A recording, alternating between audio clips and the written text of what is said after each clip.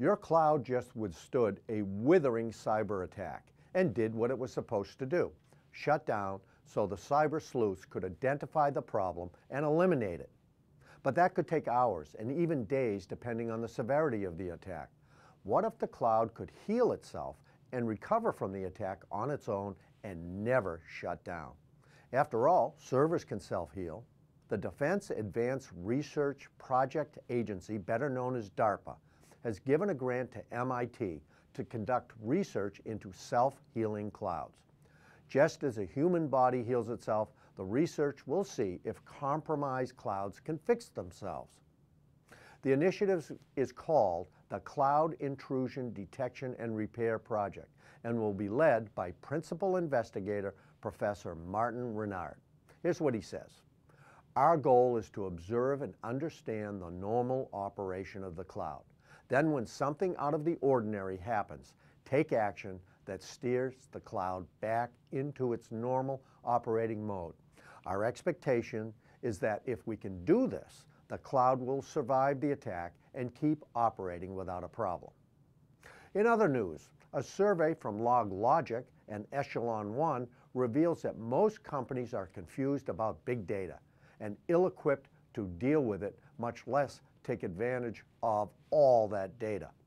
Indeed, big data is a tantalizingly vague concept, which businesses only sort of get.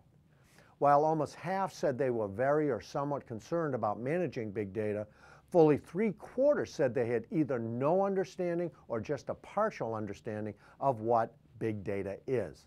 Moreover, 59% said they lacked the tools to manage their data, and 72% said they don't have adequate tools to manage the data in their existing or future cloud environments. At its simplest, big data is the term we use to describe the gobs of data the world creates at an ever faster pace. Enterprises are losing out on the valuable insights they could get from the 2.5 quintillion bytes of new data one IT vendor estimates is created every day, and that's according to a story at CIO.com. Consider that 90% of the world's data was created in the past 2 years, which speaks to how fast data production is accelerating. Data, it would seem, has metastasized. The volume of data is growing far faster than our ability to manage it. Who's saying this? According to LogLogic, the respondents were 207 director-level or above executives from a broad cross-section of industries, mostly dealing with a terabyte or more of data. Here's what Echelon One CEO Bob West had to say, and I quote, "The results show significant inconsistencies in practice. Namely, while big data, cloud needs, and compliance requirements are clearly major concerns, the majority of companies are not prepared to deal with any of them adequately. It's fascinating to see the rift, and the overwhelming percentage of companies surveyed are not prepared to manage big data properly, monitor cloud environments effectively, or report network and device activities properly." And that's the end of the quote. Much of what's missing are end-to-end log management systems that keep data assets protected and companies in compliance.